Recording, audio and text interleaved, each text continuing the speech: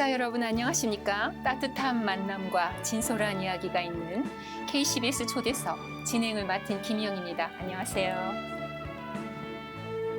오늘은 특별히 암 전문의이자 시카고에서 활발한 봉사활동을 펼치고 계시는 정환곤 장로님을 모시고 여성 건강의 중요한 주제인 유방암에 대해서 깊이 있는 이야기를 오늘 나눠보려고 합니다. 장로님 어서 오세요. 인사 반갑습니다. 나눠주세요. 예, 반갑습니다. 네. 예, 우리 기독교 방송국 시청자 여러분 참 반갑습니다. 저는 암 전문의 정환곤입니다.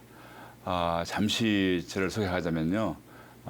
저는 이제 1980년대에 미국에 와서 지금 오하이오주에 있는 그 대학병원에서 내과 전문의를 마치고 다시 3년 동안 캘리포니아에서 2년, UCLA에서 2년 하고 또 1년은 또 클리브랜드 클리닉 오하이오주에서 하고 있다가 1990년에 지금 현재 있는 그 블루밍턴, 일리노이 블루밍턴에서 기업을 35년 하고 있는 정환곤입니다. 네, 반갑습니다, 장로님. 특히 장로님이 그 의술뿐만이 아니라 시카고 장로 선교단과 시카고 실버 선교회장으로서도 활동을 펼치고 계신 걸 알고 있습니다. 잠깐 거기에 대해서도 설명해 주세요, 장로님. 예. 저희가 작년부터 지금 실버 선교회 회장을 맡고 있는데요. 지금 실버 선교회가 참 적은 규모로 시작되었지만 지금은 18개국의 25개 선교단체에 저희들 이제 섬기고 있고요. 이제 시간이 지나면서 또 새로운 비전을 허락해 주셔서 다시 한번 새로운 도약을 할 수 있는 그런 아주 귀한 선교단체가 될 것을 저희도 확신합니다. 네, 의사 역할도 바쁘실 텐데 중요하고 아주 귀한 활동도 해주시니 너무 장로님의 인생이 너무 보람될 것 같습니다. 장로님, 예. 우리가 오늘 주제는 암인데요. 그 암 전문으로서 환자들을 돌보시는 동시에 그 신앙과 봉사의 영역까지 헌신하고 계시잖아요. 예. 정말 존경스럽습니다. 장로님, 우리 여성들이 가장 그 두려워하고 관심이 많은 그 유방암. 유방암은 어떤 암인지 그 기본 개념부터 그 유방에 있는 세포들이 어떻게 암으로 변하는지 그 발병 과정도 한번 말씀해 주실 수 있을까요? 네, 그럼요. 네, 예. 네.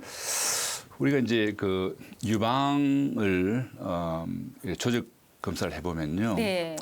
주로 이제 유방을 반으로 잘라서 측면으로 보게 되면은 그 속에 네. 그 밀크를 만드는 기관인 로빌이 있고요. 네. 또 이것이 밀크가 만들어지면은 이것이 유두로까지 이제 전하는 그 관이 있는데 이걸 덕트라고 해요. 네. 그런데 보통 이제 이 암은 이 로빌과 덕트에서 생각납니다. 네. 그런데 이 덕트를 갖다가 다시 되돌아보면은 그 속에 세 개의 층이 있는데요. 네. 하나는 그 내청, 네. 하나는 중안청, 하나는 외청이 있는데 주로 암은 이 내청에서 비롯되거든요. 그렇겠죠. 이 내청은 여러 가지 많은 물질, 특별히 그 발암 물질이라든지 특별히 여성 호르몬이라든지 우리가 만성 염증을 겪고 있을 때에 굉장히 이제 센시티브하게 반응을 해요. 그래서 계속해서 우리가 이 유방의 세포를 자극하게 되면은 어느 순간에 그 속에 유방 셀 속에 있는 DNA 이런 데가 변화돼요. 변화되면서 암이 되거든요. 근데 지금 암이 되면은 우리 몸에서 이 암이라는 게 아주 그냥 골치 아픈 존재니까 우리 몸에서 이걸 없애려고 엄청 노력해요. 네, 여러 가지 네. 면역성을 통해서. 그 안에 있는 세포들끼리. 끼리 하고 난 우리 면역 시스템에 이제 작용해서 어떻게 네. 이걸 제거하려고 해요. 이기려고. 네. 그런데 그렇게 함에도 불구하고 얼마나 살아남아요. 이게 참 문제가 되거든요. 근데 이 살아남은 이 암은 굉장히 스마트하고 네스트해요. 네. 스마트한 이유는 이 암이요. 이제 그 자리에 생겼잖아요. 그리고 또 딴 데 가면은 이게 가는 곳마다 자리를 앵커해가지고 그 속에 깊이 관을 박아요. 그래서 환자의 피를 빨아먹으면서 자라게 되거든요. 그리고 또 이제 우리 면역 세포가 이 암을 죽이려고 노력하는데 이 암 세포가 면역 세포를 피하려고 굉장히 노력을 해가지고 어떻게 하든지 안 죽으려고 발버둥치는 그런 암과 우리 면역성의 전쟁이 되고 있어요. 네. 그리고 만약에 이게 이제 이 암이 다른 곳에 전이됐을 때는 전이되면 이 암이 하는 역할은 오직 한 가지. 네. 그 가서 거기에 있는 장기를 그냥 파괴시키고 결국은 사람을 죽게 만드는 그런 길을 인도하게 되거든요. 네. 그래서 이 암이 이제 그렇게 되면은 이 암이 그 유방에 국한됐을 경우에는 그 1기, 2기라고 해요. 네. 그리고 만약에 이 암이 그 주변에 있는 림파선으로 번식하게 되면 3기가 돼요. 네, 임파선으로 임파 가면 3기가 되고 그리고 이 암이 그 유방을 떠나서 간이라든지 고리 뼈라든지 그냥 폐라든지 가게 되면은 4기가 돼요. 근데 그때 그 암은 비록 폐에 있는 암이라 할지라도 폐암이라 하지 않고 유방암이라고 해요. 전이는 되었지만 스틸 원인이 유방이기 때문에 유방암이라 하나요? 네. 아주 명쾌한 설명 감사합니다. 이어서 그 유방암 발병률에 대한 궁금증을 한번 풀어보고 싶은데요. 유방암이 왜 여성에게 가장 흔히 발생하는 암 중에 하나로 꼽히는지 의학적으로 어떤 배경이 있는지 설명해 주실 수 있어요? 네네. 네. 근데 우리가 가장 많은 5가지 암을 꼽으라면은 그 네. 유방암이 있고요, 폐암이 있고요, 그다음에 이제 대장암이 있고요, 전립선암이 있고 그다음에 또 피부암이 있는데 다른 암들은 폐암이라든지 다른 대장암들은 이게 시간이 지나면 지날수록 그 빈도수가 줄어들어요. 그런데 유방암만큼은 계속해서 증가되는 추세가 있는 것이 사실이에요. 네. 그리고 특별히 이제 이 유방암이 젊은 여성들한테 굉장히 많이 증가되고 있는 것이 현재 추세예요. 네. 그 왜 그러냐 하면은 그 유방 아까 얘기했다시피 유방의 세포는요. 네. 이 호르몬에 굉장히 민감하게 되는데 알겠어요. 누구든지 호르몬이 노출되는 기간이 길면은 네. 암이 많이 걸리거든요. 네. 예를 들면은 어떤 사람들이 어떤 여성분들이 그 초경이 12세 이전에 일어났다든지 혹은 맨 처음에 임신 아기를 갖는 childbearing age가 늦어진다든지 네. 혹은 폐경이 늦어진다든지 하게 되면은 그만큼 이 유방에 있는 세포가 그 여성 호르몬이 많이 노출되잖아요. 이런 사람이 암이 걸릴 확률이 굉장히 많아요. 그리고 또 이제 나이가 들면서 여성분들이 이제 나이가 들면 들수록 계속해서 오랫동안 계속해서 이게 여성 호르몬에 노출되게 되면은 암 때는 확률이 굉장히 많아지고 그런 거예요. 아, 그 유방암의 발병률이 호르몬하고 깊은 연관이 있군요. 아, 그럼요. 예.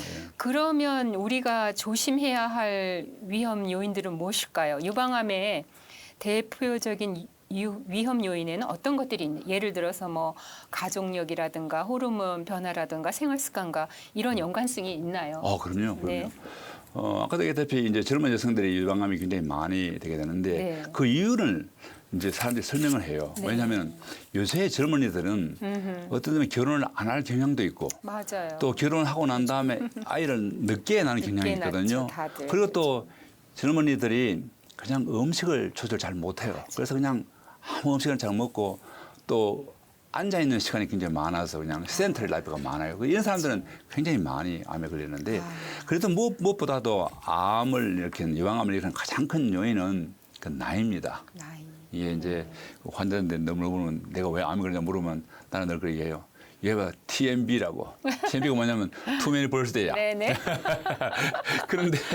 그런데 우리가 정말로 나이가 들면서 이 생일을 셀러브레이트 해야 될지 말지. 맞아요. 이게 많을수록 암이 걸리니까 네. 나이가 가장 큰 원인이 되고요. 그 다음에 중요한 거는 이게 지네릭 팩터입니다.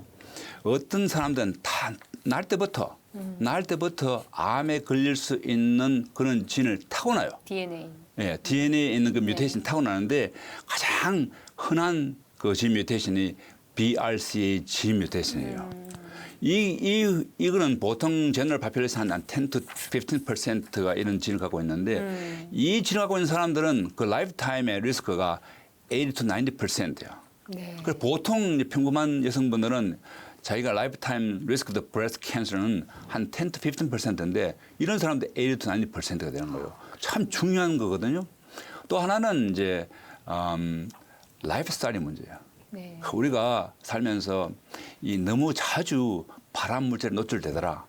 이게 이제 예를 들면 술이라든지 담배라든지 말 것도 없고 또 음식 중에서 특별히 그 프로세스드 푸드 있잖아요. 네, 네. 이거는 사일런트 킬러예요. 그냥 네. 맛있게 먹지만 이게 결국은 사람을 죽게 하는 거거든요. 프로세스 푸드라든지 그다음에 음식을 요리할 때 레드미트라든지 그 빨간 고기 음식이라든지 네. 또 음식을 요리할 때 고온으로 이제 처리해서 음식을 한다든지 이런 경우에 이제 암이 그런 환경이 굉장히 많고요. 그다음에 나머지는 이제 만성 질환. 요새는 만성 염증이 굉장히 많은데 만성 염증은 만병의 근원이에요. 맞아. 만성 염증은 어떻게 생기냐?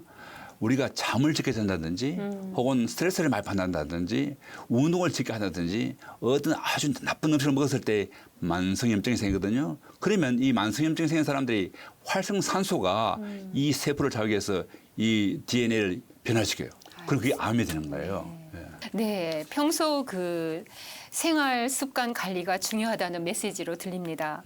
그 정말 그 나이와 음식 정말 중요하군요. 저희가 맨날 평소 때 넘기는 잘 먹고 잘 자는 것이 정말 중요한 습관 같습니다. 네. 네, 다음은 그 생존율을 높이는 가장 중요한 요소인 조기 발견에 대한 질문인데요.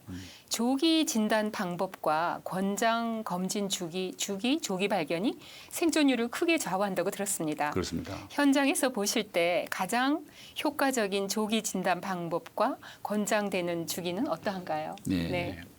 근데 우리 암을 우리가 정복하기 위해서는요, 뭐세 가지 단계가 있지 않겠습니까? 어떻게 하면 우리가 암을 예방할 수 있을까? 가장 중요하고, 암을 예방하지 못할 경우에는 암이 1기에 발견됐을 때하고 4기에 발견될 때하고 다르거든요. 그렇겠죠. 그래서 어떻게든 조기 발견을 해가지고 1기가 되면은 암에 걸리더라도 성률이 많이 너무 있으니까. 끝이니까. 네. 네. 그다음에 이제 치료를 하게 되는데 가장 이제 중요한 예방 방법은 우리 노화라든지 이런 지네틱 뮤테이션 이런 것들 우리 관리할 수 없잖아요. 우리가 어떻게 할 수 없는데. 그런데 많은 암의 경우가 80-90% 경우가 라이프스타일이거든요. 네. 그래서 이거 정말 아까도 얘기했다시피 음식 조절이라든지 그냥 우리가 어떻게 하든지 이 발암 물질에 노출되지 않는다든지 또 많은 여성 호르몬에 노출되지 않는다든지 그다음에 여러 가지 많은 생활 패턴을 통해 가지고 예방할 수 있는 거고 그다음에 이제 그렇지 그래도 그럼에도 불구하고 암이 생길 수 있으니까 어떻게 네. 하면 암을 조기에 발견할까? 네. 이건요 가장 중요한 게 특별히 유방암에 대해서는 셀프 examination 자가 검진이 참 중요합니다. 네. 자가 검진이라는 게 최소한 한 달에 한 번씩 네. 이제 이 자기 검진을 하는데 거울 앞에서라든지 샤워할 때 해야 되는데 두 가지가 있어요. 하나는 이렇게 만져보는 거예요. 네. 만져보면 이 멍어리가 옛날에는 없었는데 지금 있었다. 그럴 때는 반드시 의사한테 가보는 게 참 좋은데 네. 이제 주의할 점은 이거예요. 이 멍어리를 갖다가 이 브레스트 그 셀프 examination 할 때에 이게 그냥 생각나는 대로 하는 것이 아니라 딱 정해놔야 돼요. 예를 들어서 나는 매달 1일에 한다든지 15일 한다든지 딱 정해놔야지만 계속 할 수 있거든요. 하는데 한 가지 유의할 점은 그 menstruation, 그 월경이 되는 그 시점을 중요해서 한 1주, 2주 그 안에는 하면 안 돼요. 예를 들어서 만약에 내가 오늘 월경이 있었다 하면 최소한도 한 3번도 텐데 기다렸다가 하는 게 좋아요. 왜냐하면 이 월경 자체가 네. 호르몬 변화를 일으켜가지고 자기도 모르는 사이에 이 멍어리가 만져져요. 그런데 멍어리가 만져진다 하더라도 걱정되지 않는 것은 보통 한 80% 경우에 이 멍어리가 다 암이 아니에요. 그래서 너무 걱정할 필요는 없어. 네. 그리고 이제 그 만지고 하고 그다음에 또 하나 볼 거는 이 유두에서 어떤 물질이 나와요.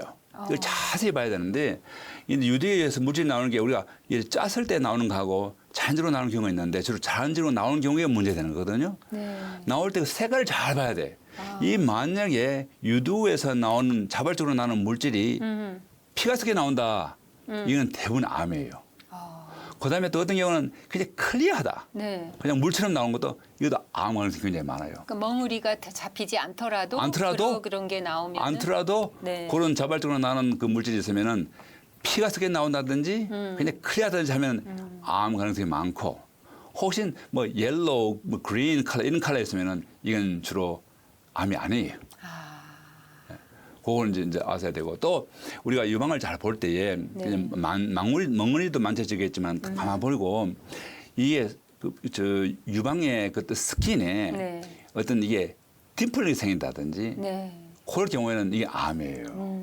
보통 그냥 탄탄했는데 갑자기 보니까 이게 좀 쭈그러들었네. 어머. 그럼 그때는 암의 가능성이 굉장히 많아요. 그러니까 그런 걸 이제 보셔야 되고, 그건 셀프 examination 하고, 그래 만약에 문제가 생기면은 바로 의사한테 가서 이제 알아봐야 되고, 그다음에 이제 국가에서 아메리칸 캔서 소사이티에서 장려하는 거는 요새는요, 이 암이 자꾸 나이가 떨어져. 옛날에는 우리가 54가 돼야지만 이 메모그램을 하게 됐는데 네. 이제는 45세예요. 45세부터. 45세가 됐을 때 메모그램을 시작하게 돼요. 그럼 매년마다 이제 하게 되는데 어떤 경우에는 이 40세 전에 해야 하는 사람이 있어요. 그것은 한 20대부터 해야 될 사람이 있는데 이 사람이 누구냐? 그 가족들 중에서 특별히 어머니가 암이 걸렸다. 네. 혹은 자기 시스터가 암이 걸렸다. 혹은 자기 딸이 암 걸렸다. 이럴 경우에는 이 사람은 굉장히 암을 갖고 있는 그 진 뮤테이션이 된 가능성이 굉장히 많거든요. 이런 사람들은 20대부터 아유 해야 돼요. 해야 되는데 이제 보통 우리가 그런 하기를 예를 들어서 여러분 가족 중에서 예를 들어서 어머니가 암에 걸렸는데 나이가 30대 걸렸더라 하면은 30 마이너스 10 해가 20대부터 시작해야 되는 거고 40세 걸렸으면 40 마이너스 10가 30대부터 하는 거예요. 40세까지 기다리는 게 아니라 그때부터 해야 되고요. 근데 젊은 사람들이 네. 이 브레스는 좀 댄스해요. 네. 그래서 보통 이제 메모그램이라든지 소노그램, 울트라사운드 이거 하게 되면은 잘 안 보여. 네. 그럴 경우에는 우리가 이제 브레스부터 MRI 해요. MRI 브레스를 하게 되면은 이게 안 잡히는 것이 드러나게 되거든요. 그래 이제 사람에 따라서 보통 대부분 경우에는 45세 됐을 때 애뉴얼 메모그램을 하고 그냥 하이 리스크 있는 페이션트 내가 얘기했듯이 그런 사람들은 20대부터 시작하는 게 낫고 잘 안 보일 때는 네. MRI를 찍어보는 게 낫다. 그러면 우리가 초기에 발견할 수 있다는 거죠. 그러니까 자가 검진은 한 달에 한 번씩 1일이면 1일 정해놓고 네. 월경 주기가 시작하면 월경이 끝난 날짜를 계산해서 예를 들어서 월경이 1일 날 시작했다. 그러면 10일부터 15일 그쯤 돼서 자가 하는 게 좋아요. 진단을 하는 게 좋고 네. 그리고 이제 정기적인 검사는 1년마다. 그렇죠. 1년마다. 45세가 됐을 네, 때. 네, 45세가 되었을 때. 네. 정기 검진과 자가 검진의 생활화가 정말 핵심이겠습니다. 장로님 바쁘신 시간 이렇게 KCBS 청취자들을 위해서 스튜디오에 나와주셔서 진짜로 감사드립니다. 네, 감사드립니다. 감사합니다. 애청자 여러분, 우리 건강에 가장 중요한 건강. 그 중에서도 암은 우리를 항상 위협하고 있죠. 우리 정한권 장로님과의 대화 내일도 놓치지 마시고 유익한 정보를 들으시기 바랍니다. 내일 뵙겠습니다. 감사합니다.